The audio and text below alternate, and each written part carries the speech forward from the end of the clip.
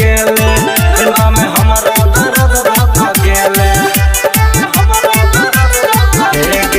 जया सकेले जान कोनो निकले दिलवा में हमारा दर्द धक गेले तुम तोरे गिरा हम ताकै छिए सच सच बात हम बताबै छिए ससुरा से मिले जाने आबै छिए सच सच बात हम बताबै छिए ससुरा से मिले जाने आबै छिए ससुरा से मिले जाने आबै छिए डीजे रंजन ससुरा से मिले जाने आबै छिए राइटर गोविंद संजत के